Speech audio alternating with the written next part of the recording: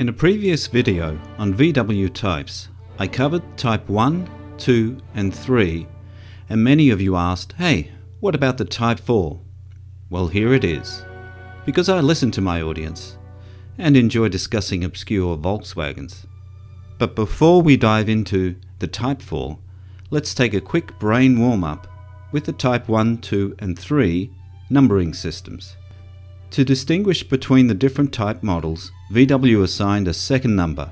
For example, the Beetle was a type 1-1, while the Super Beetle was a type 1-3, and the Kombi a type 1-4.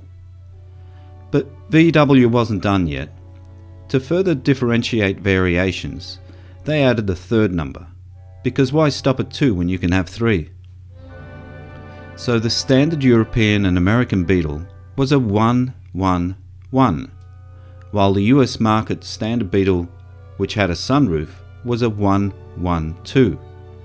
The deluxe Beetle, with all the shiny bits, was a 1-1-4, etc. Interestingly, there was no model distinction between the left-hand drive and right-hand drive for the Beetle. But the Kombi, on the other hand, did have separate model numbers for left and right-hand drive. For instance, the left-hand drive coupe was designated 143, while the right-hand drive coupe was a 144. Why so, you may ask? Well, unlike the Beetle, the Kombi's dashboard wasn't symmetrical, meaning additional modifications were needed to switch between left and right-hand drive. It makes sense, sort of.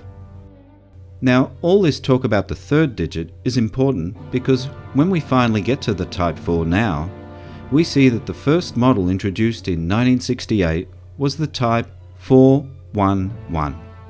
And that third digit? Well, that seems to have no meaning at all. The 411 was the VW entry into the luxury market, and yes, it came in both 2-door and 4-door. But the model number didn't change. It came with either dual carburetors or Einspritzen fuel injection, but the model number didn't change, 411 or 411E. It even had a luxury trim option, but still, it was 411L. And just when you thought VW might mix things up a bit, they introduced the wagon version and called it the 411 variant.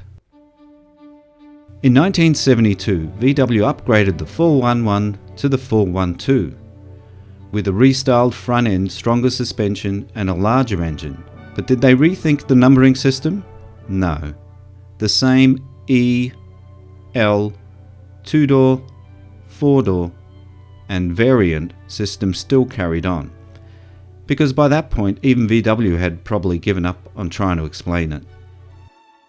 There were 367,728 Type 411 in production between 1968 to 1972, and 355,000 Type 412s between 1972 and 1974. Not the success VW had hoped for. With a higher price point than the Type 1 Beetle, and a styling that didn't stand up to its luxury competitors, the Type 4 ceased production after its 6-year run. The Type 4 might not get as much love as the Beetle or the bus, but it quietly introduced one of the biggest upgrades to air-cooled VWs, the engine. Sure, it had a bigger size with a 1.7, 1.8 and 2-litre options, but that was just the beginning. It came with a bigger cooling system, a stronger crankshaft with 4 main bearings, and larger dual-port heads with bigger valves, all designed to handle more power and last longer.